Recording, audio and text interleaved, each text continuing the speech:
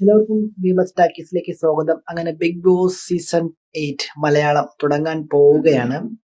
Prediction list ഒക്കെ എല്ലാവരും ഇട്ടു തുടങ്ങിയിട്ടുണ്ട്.